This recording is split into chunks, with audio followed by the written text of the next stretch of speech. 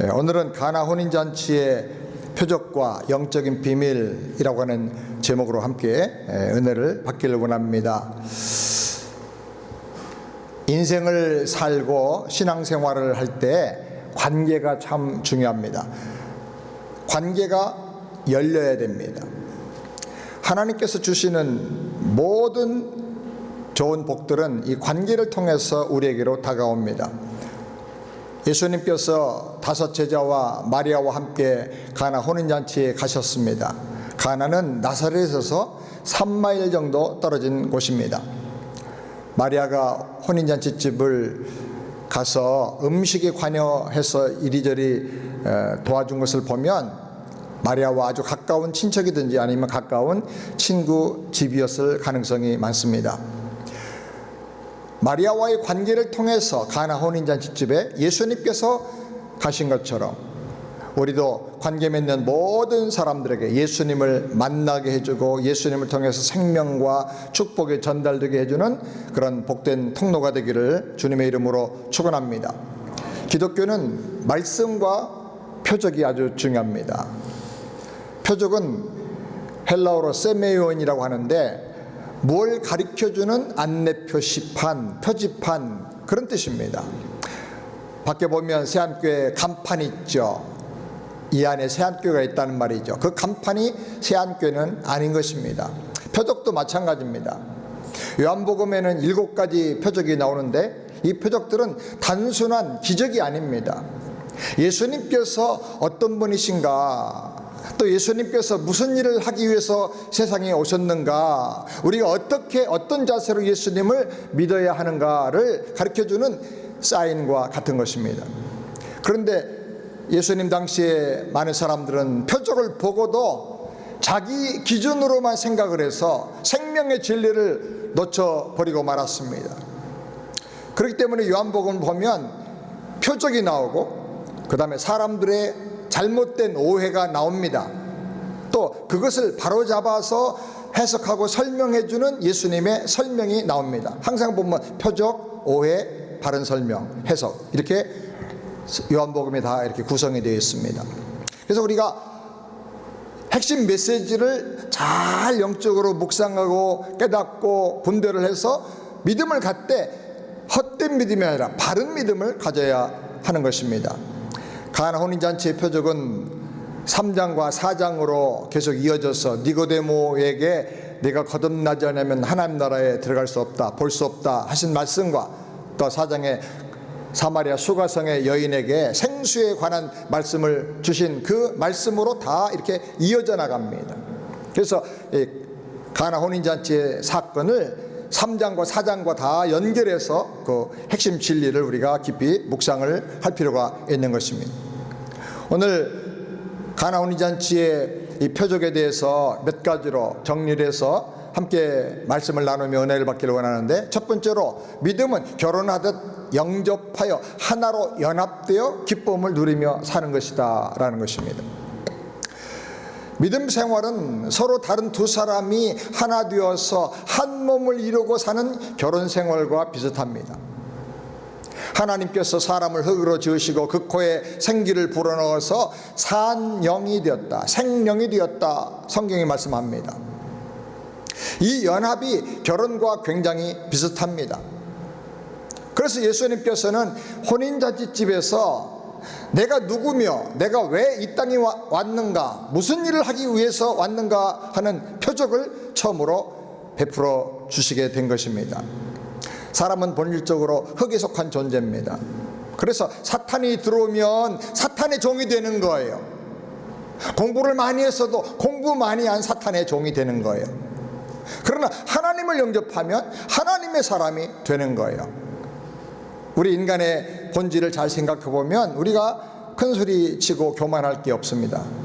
부족한 것을 깨닫고 잘난 척 하지 말고 강한 척 하지 말고 아는 척 하지 말고 겸손히 예수님을 영접해서 영생을 누리며 살게 되기를 주님의 이름으로 축원합니다.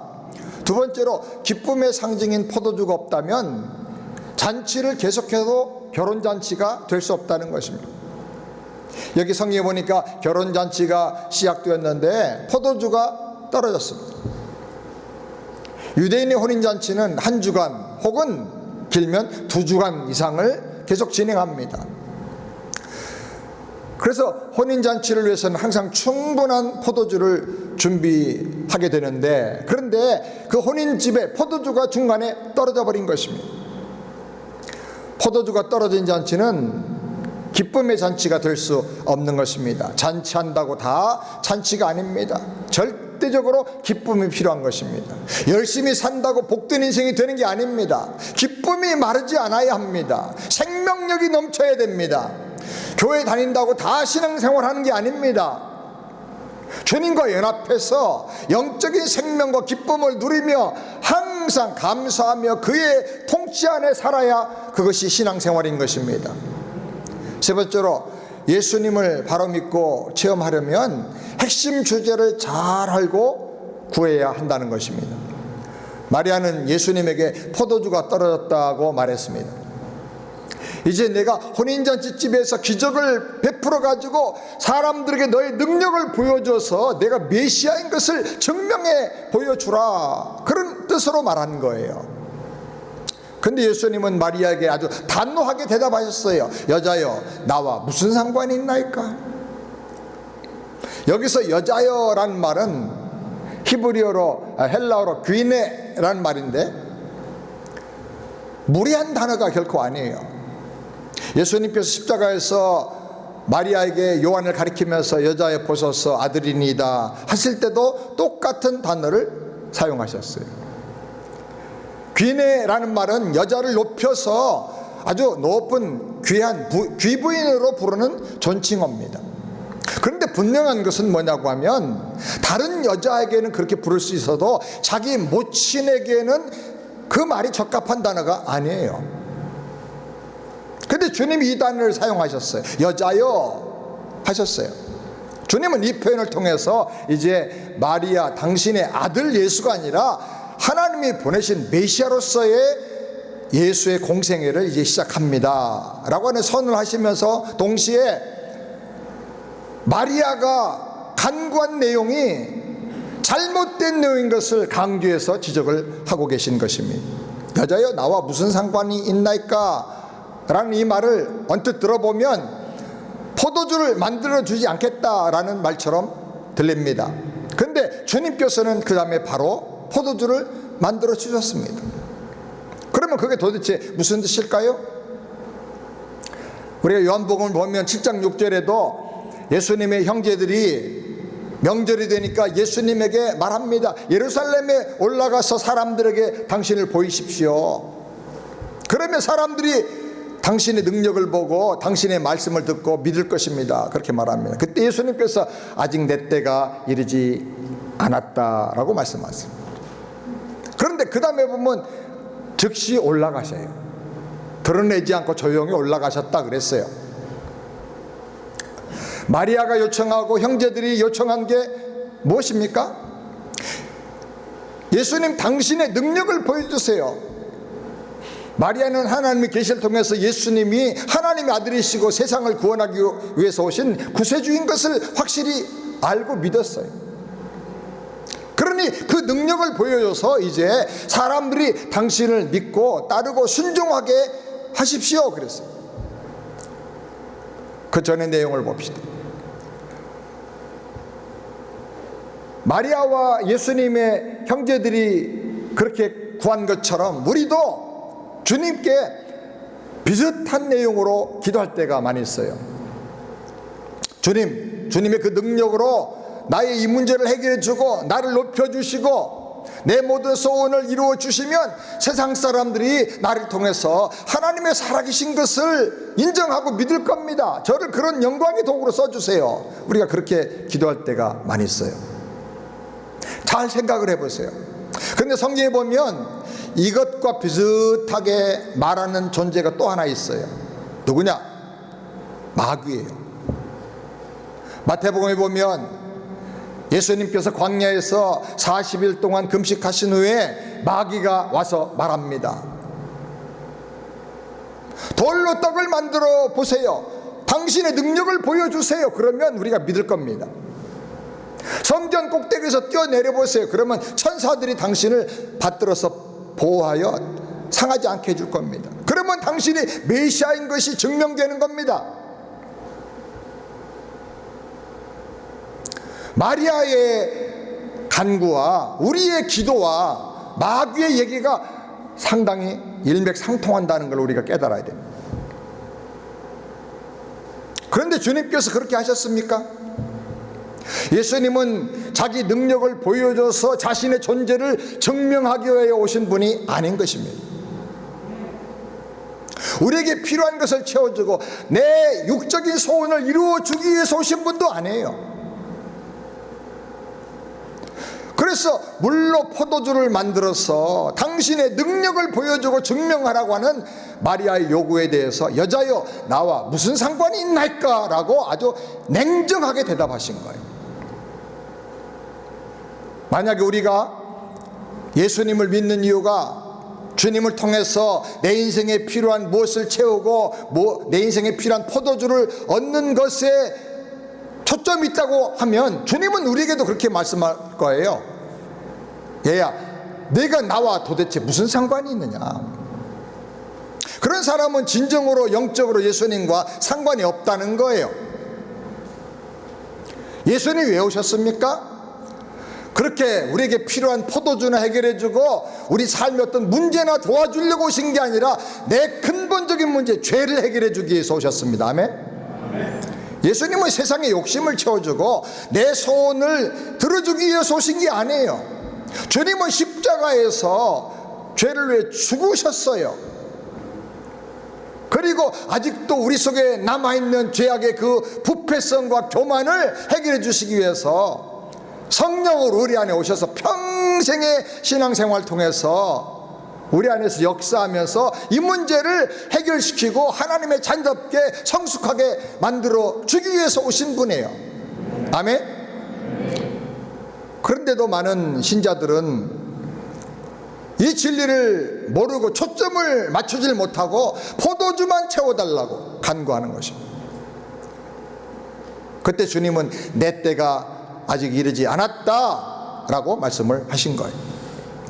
요한복음에 보면 예수님의 때, 내 때라는 말이 많이 나옵니다. 시간이 없어서 다 찾아볼 수 없는데 그 예수님의 그 때는 다 주님이 십자가에서 죽으실 때를 가리켜요.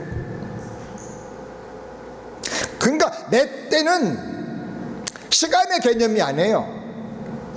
내 때라고 하는 말을 통해서 주님은 십자가 지고 죽으시는 바로 그것을 말씀하고 있는 거예요. 예수님은 우리 인생에 흥을 돋아주기 위해서 포도주를 만들어주러 오신 게 아닙니다. 십자가에서 우리의 죄를 해결해 주려고 오신 겁니다. 우리 인생의 재미와 축복을 위해서 예수님을 찾는다면 그 사람에게 포도주가 채워지면 그 사람은 다시는 주님을 찾을 필요가 없을 거예요. 하나님을 이용해서 세상의 행복을 구하는 것이 교회 나오는 목표라고 하면 그 행복에 채워질 때 그 사람에게 주님이 왜 필요하겠어요? 자기 요구가 채워지면 언제든지 주님을 버릴 사람이 많아요. 제가 몇십 년 목회하면서 좋은 대학 갔으면 좋겠습니다. 축복 기도해 주세요. 사업이 잘 됐으면 좋겠습니다. 기도해 주세요. 기도하지요. 사업이 잘 됩니다. 안 보입니다. 새벽 기도도 나오는 사람이 수요 예배도 나오고 왜 안 보입니까? 무슨 일 있습니까? 어디 아픕니까? 너무 바빠가지고요. 교회 갈 시간이 없어요. 사업이 너무 잘 돼가지고요. 그래서 제가 그럼 사업 망하게 해달라고 기도할게요. 그렇게 말하고 싶은데 차마 말을 못해. 자기 요구가 채워지면 언제든지 주님을 버릴 사람이 너무 많아요. 그런데도 우리가 끝없는 탐욕 때문에 끝까지 신앙의 본질 핵심을 붙잡지 못하고 인생의 포도주를 위해서 예수님을 찾는 사람으로 그렇게 교회 생활을 하는 경우가 너무나 많이 있다는 것입니다. 우리 자신의 믿음을 한번 돌아보게 되기를 바랍니다. 그 다음에 네 번째로 비어있는 6 돌 항아리의 비밀을 우리가 꼭 깨달아야 합니다.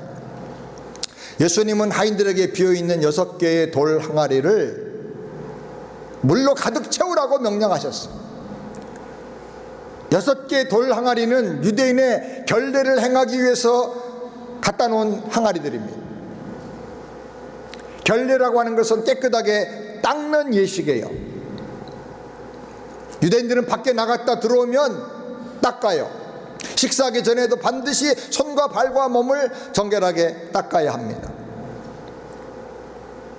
그것은 율법이 아니고 그냥 장로들이 위생을 위해서, 건강을 위해서 가르쳐준, 그래서 유산처럼 전해져 내려온 유전이었어요. 장로들의 유전. 근데 6 항아리가 다 비어 있었어요. 비어 있는 돌 항아리들은 생명력이 없는 유대교, 생명력이 없는 형식주의를 상징하는 거예요. 예수 없는 종교는 생명이 없어요. 여러분, 교회를 다녀도 종교로서 교회를 다닐 수가 있어요. 그래서 예수 만나지 못하면요, 그 사람의 평생의 교회 생활은 생명이 없는 거예요. 왜 6 항아리였는가?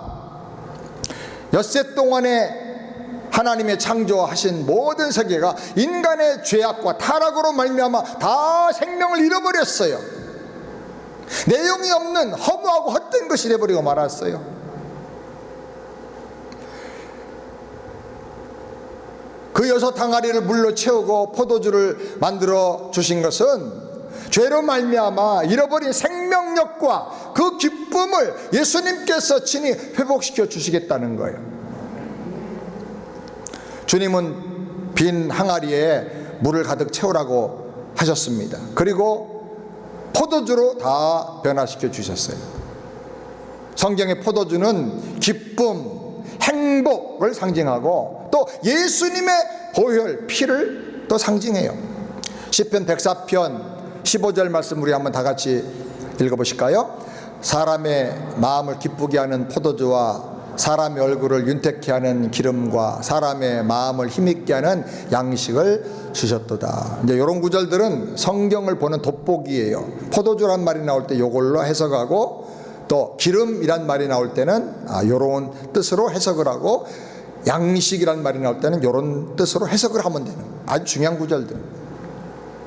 생명과 기쁨을 상실한 잔치집이 기쁨을 회복하려고 하면 예수님의 보혈이, 예수님의 생명이 필요하다는 거예요.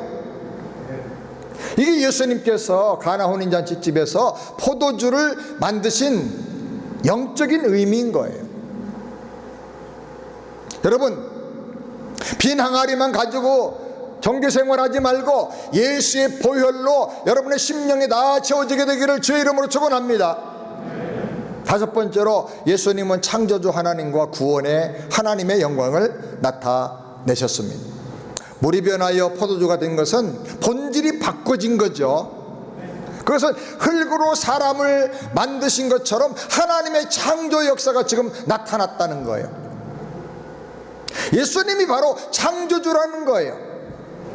그래서 요한복음 1장에 보면 태초에 말씀이 계시니 로고스가 계시니 이 말씀이 곧 하나님이라 그거 없이는 세상에 지어진 것이 하나도 없다. 그분이 창조주인 것을 요한복음 1장에 말씀을 하는 거예요. 바로 그분이 오셨다는 거예요. 그 전능하신 창조주 하나님께서 이름 없는 작은 동네 가나의 한 잔치집에 오셨다는 거예요. 찌질이 같아가지고 결혼을 하면서도 포도주도 다 준비를 못한 그런 가정에 오셨다는 거예요. 금방 중단될 잔치집에 오셔서 창조의 능력을 나타내심으로 그 잔치집에 포도주를 회복해 주시고 기쁨을 회복해 주시고 생명을 회복해 주셨다는 거예요. 할렐루야. 그 창조주 하나님 오셨다, 그 영광을 보라는 거예요. 그 주님은 지금도 우리 안에 성령으로 내주에 계시는 걸 믿으시기 바랍니다. 보잘것없고 못나고 나약하기가 마치 유대 시골의 마을 가나와 같은 그런 집에, 그런 내 안에 주님이 오셨어요. 오셔서 내 안에서 항아리 비었다고 책망하지 않고 거기에 극상품 최고의 포도주, 이전에 맛본 적이 없고 영원토록 앞으로 맛볼 수가 없는 그런 최고의 포도주를 만들어 주시는 것입니다. 아멘. 그래서 좀처럼 변할 것 같지 않았던 인간이, 내가 그 은혜로 점점 변화되는 거예요. 그렇게 우울하던 사람이 기쁨이 넘치는 거예요. 그렇게 맥없이 살던 사람이 새 힘이 나는 거예요. 걱정 근심만 든 사람이 이제는 자신감을 가지고 나와 함께 하신 하나님을 생각하면서 승리하며 살게 되는 겁니다. 아멘. 제가 변화됐어요. 또 우리 교회 안에 많은 분들이 변화됐어요. 그분들이 이렇게 변화되는 것을 볼 때 하나님은 지금도 우리 안에서 역사하시고 계심을 우리가 알 수가 있는 거예요. 아멘. 주님은 전능하신 창조주 하나님이십니다. 뿐만 아니라 구원의 하나님으로서 자기 영광을 나타내 주셨어요. 주님 우리에게 기쁨 주시길 원하십니다. 주님 우리에게 생명 주길 원하십니다. 타락한 인간은 포도주 떨어진 잔치집처럼 참 생명과 기쁨이 없어요. 조마조마한 거예요. 끝내 될 건가 어떻게 될 건가. 죽지 못해 사는 사람이 너무 많죠. 근데 주님께서 우리에게 찾아오셔서 하늘에 기쁨을 쏟아부어 주시는 것입니다. 아멘. 신앙생활은 그래서 잔치집같이 신앙생활해야 돼요. 많은 교회가 예배를 너무나 경건하게 엄숙하게만 드리고 있어요. 그래서 영적인 기쁨이 표현되지를 못해요. 기쁨의 감정이 이렇게 흘러나와야 되는데 감정도 흐름이 막히면 병이 돼버려요. 근데 교회 가면 무조건 엄숙하고 조용하기만 합니다. 그래서 하나님 앞에 갈 때, 하나님 법궤가 들어올 때, 하나님 임재 속에 들어갈 때 다윗이 옷이 벗겨지는 줄도 모르고 춤을 췄잖아요. 그 춤추는 기쁨과 감격이 없는 거예요. 여러분, 교회 올 때 여러분이 우리 교회는 장례식장이 아니라 잔치집 같은 교회가 돼야 한다 늘 생각하고 오시길 바랍니다. 우리 교회는 예수님이 주시는 기쁨이 넘치는 교회가 돼야 돼요. 춤도 추고 박수도 하고 하나님을 기뻐하고 내 영혼이 전인격적으로 하나님 앞에 기뻐하는, 반응하는, 그리고 변화되는 이런 교회가 돼야 할 줄을 믿습니다. 주님이 주시는 기쁨은 있으나 마나한 기쁨이 아닙니다. 가나 혼인잔치에서 만들어진 포도주의 양은 무려 180갤런 정도의 양입니다. 항아리가 하나에 두세 통 들어간다 그랬어요. 한 통이 보통 10갤런 정도입니다. 그러니까 120갤런에서 180갤런의 포도주가 한순간에 혼인잔치집에 흘러넘치게 된 거예요. 어디서? 주님으로부터, 말씀으로부터 온 거예요. 아멘. 하나님께서 우리에게 주시는 기쁨은 이 세상이 주는 기쁨과 차원이 달라요. 풍성함이 완전히 달라요. 아무리 기쁨을 누려도 없어지지가 않아요. 세상에 이런 기쁨이 없어요. 이 기쁨이 여러분의 심령과 여러분의 가정과 우리 세안교회에 차고 넘치고 흘러 충만해지기를 주님의 이름으로 축원합니다. 세상이 주는 기쁨은요 항상 부족해요. 금방 떨어지고 금방 없어져 버려요. 우리가 새 집에 이사 가면 기쁘죠? 그런데 그 기쁨이 얼마나 가나요? 왜 이렇게 집은 넓어 청소하기 힘들게? 왜 이렇게 잔디는 많아? 기쁨이 불평으로 변해요. 내가 사고 싶어 하던 차, 좋아하던 차, 새 차를 사면 얼마나 좋아요. 근데 그 기쁨이 얼마나 가나요? 여러분의 자녀가 원하는 좋은 대학에 들어가면 기쁘죠? 근데 얼마나 기쁘던가요? 하루 기쁠 수도 있어요. 너무 좋아가지고 합격했다고 그래가지고 우리 애가 유지에 들어갔어. 유지에 좋은 학교잖아요 지금. 우리 애 조지아텍 들어갔어. 좋아했는데 옆집 아이는 하버드 갔대. 그 말 듣는 순간에 어떻게 돼요? 기쁨은 온데간데 없어지고 소름 끼치는 시기심이, 불평이 일어나는 거야. 이놈 새끼는 공부 안 하고 뭐 했어? 세상의 기쁨은 절대적인 게 없어요. 다 상대적이고 조건적이에요. 그러나 주님이 주시는 기쁨은 충만히 채워지고 흘러넘치는 기쁨이고 영원히 마르지 않는 기쁨이에요. 아멘. 왜냐? 로마서 14장 17절 다 같이 한번 읽어보겠습니다. 하나님의 나라는 먹는 것과 마시는 것이 아니요 오직 성령 안에서 의와 희락과 평강과 실학이라. 하나님 나라에 들어간 사람은 삶 속에서 의를 경험하고 희락을 경험하고 평강을 경험하고 기쁨을 경험하는 거예요. 그것이 삶 속에서 열매로 막 나타나요. 하박국서 3장 17절 말씀도 한번 다 같이 보겠습니다. 비록 무화과나무가 무성치 못하며 그 나무에 열매가 없으며 감람나무에 소출이 없으며 밭에 식물이 없으며 우리의 양이 없으며 외양간에 소가 없을지라도 나는 여호와를 인하여 즐거워하며 나의 구원의 하나님을 인하여 기뻐하리라. 내가 원하는 대로 내 소원이 다 이루어져서 기뻐하는 거라면요, 이것은 기쁨이 있다가도 없어질 수가 있어요. 근데 우리에게 생긴 기쁨은 차원이 달라요. 오직 여호와를 기뻐하는 거예요. 구원의 하나님을 기뻐하는 거예요. 여호와 한 분만으로 만족하는 거예요.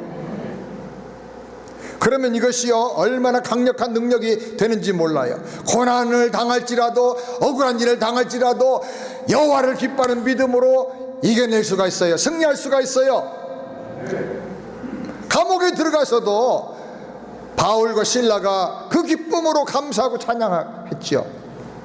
다니엘이 그 기쁨으로 하나님을 즐거워하고 감사했지요. 이걸 이길 수가 없는 거예요, 세상이.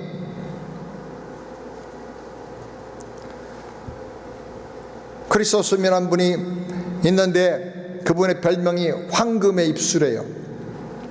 얼마나 하나님 말씀을 귀하게 잘 전하는지 몰라요. 그 말 들으면 다 감동을 받아 사람들이. 로마에서 핍박할 때 크리소스을 감옥에 가뒀어요. 전도 못하게 하려고. 감옥에서도 기뻐하는 거예요. 매를 때려요. 그래도 기뻐하는 거예요. 왜 이렇게 기뻐하느냐? 예수님을 위해서 핍박받고 감옥에 갇히고 매를 맞으니 하늘의 상급을 생각하면 얼마나 기쁜지 모르겠다고. 그럼 이제 죽이겠다고 그럽니다. 그러니까 막 노래를 부르고 춤을 춥니다.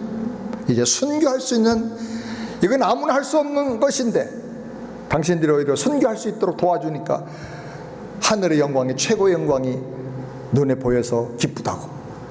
할 수 없이 놔줬대잖아요. 너 같은 사람 가질 수도, 죽음이 막을 수가 없고 감옥이 기쁨을 뺏어갈 수가 없는 거예요. 여호와로 인하여 기뻐하기를 바랍니다. 여섯 번째로, 당신의 인생이 혼인잔치집의 기쁨을 회복하고 살려면 예수님을 영접해야 합니다. 혼인은 서로 다른 두 사람이 서로를 영접해서 하나가 되는 거예요. 이 잔치는 예수님과의 혼인잔치를 보여주는 거예요. 어린 양 예수님과 혼인하려고 하면 그 말씀을 먼저 받아들여야 한다. 그분의 인격을 받아들여야 한다. 그분을 받아들이는 핵심이 뭐냐? 그분이 무슨 말씀을 하든지 그대로 하는 것이다. 그분을 믿고 말씀 그대로 실행하면 역사가 일어난다. 그분만 영광 받는 게 아니고 그 영광에 나도 같이 참여하게 된다. 그러므로 예수님을 구주와 주인과 왕으로 영접하고 무슨 말씀을 하시든지 믿고 그대로 실행하시길 바랍니다. 그러면 말씀대로 물이 변하여 포도주 되는 것처럼 내 삶에 이상한 기쁨이 넘쳐요. 하나님 때문에 기쁨이 생겨요. 구원의 기쁨이 넘치게 되는 거예요. 아멘. 마지막 일곱 번째로, 포도주로 변화되는 표적을 원한다면 핵심을 그것에서 말씀으로 바꾸라는 거. 그것에서 말씀으로 바꿔야 돼요. 3절 말씀을 다 같이 보겠습니다. 함께 읽겠습니다. 포도주가 모자란지라 예수의 어머니가 예수에게 이르되 저에게 포도주가 없다 하니. 자, 이때 마리아가 예수님께 말한 것의 주제가, 핵심이 뭐죠? 포도주예요. 포도주 없다는 거예요. 그 말을 듣고 주님께서 어떤 대답을 하셨습니까? 여자여, 나와 무슨 상관이 있나이까? 그랬어요. 근데 마리아가 참 훌륭해요. 즉시 알아차렸어요. 깨달았어요. 그래서 마리아가 핵심 주제를 바꿔버려요. 5절 말씀 다 같이 보겠습니다. 그 어머니가 하인들에게 이르되 너희에게 무슨 말씀을 하시든지 그대로 하라. 무엇이든지 그 말씀대로 하라는 거예요. 포도주에서, 그것에서, 어떤 것에서 눈을 돌려 누구에게로? 주님께로, 그리고 주님의 말씀에게로 주목하고 집중을 한 거예요. 그때 하나님의 영광이 나타나는 사건이 발생하게 되는 거예요. 주님의 말씀을 듣고 그대로 실행할 때 우리는 주님의 영광을 볼 수 있게 되는 것입니다. 당신은 주님 말씀을 듣고 그대로 순종할 준비가 되어 있습니까? 아니면 아직도 여전히 내 삶의 포도주만 채워주세요, 내 삶에 해결될 그 문제만 해결해 주세요, 그렇게 급급해하고 있습니까? 만약에 예수 믿는다고 하면서도 아직도 세상의 포도주에게만 관심을 두고 산다면 그 사람은 믿으면서도 항상 부족하다고 말할 거예요. 자주 우울해질 거예요. 늘 초조해질 거예요. 주님과 말씀에 집중하시기 바랍니다. 그러면 상황을 바꾸는 능력이 나타나고 어떤 상황이든지 초월하는 기쁨이 우리 안에 터져나오게 되는 것입니다. 주님은 내가 원하고 내 입에 맞는 포도주가 아니라 내 피를 마셔라, 너는 십자가를 붙들어라, 그렇게 말씀하세요. 그러면 즉시 세상의 포도주는 잠깐 접어두고 주님의 십자가에 집중하고 주님의 보혈에 집중하시기 바랍니다. 너는 내가 사는 환경 때문에 불평하는데 그것이 너에게 은혜다, 최선이다 말씀하시면 아멘 하세요. 그리고 지금의 환경에 자족하고 감사하시기 바랍니다. 그럴 때 참 기쁨, 환경을 이기는 기쁨이 넘쳐나게 되는 거예요. 바울이 자기 몸에 아픔이 있어서, 가시가 있어서 이거 빼달라고, 병 고쳐달라고 기도했어요. 3번을 기도하니까 주님께서 내 은혜가 내게 족하다, 그렇게 응답을 하셨어요. 그게 은혜라는 거예요. 그래서 바울이 깨달았어요. 아하, 내가 은혜 받은 게 너무 많으니까 하나님이 자고 교만하지 않게 하려고 나를 이렇게 몸에 가시를 주셨구나.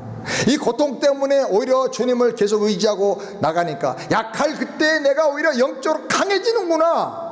능력의 비결이 바로 여기 있구나. 내가 기도하는 비결이 여기 있구나. 믿음이 커지는 비결이 바로 여기 있구나.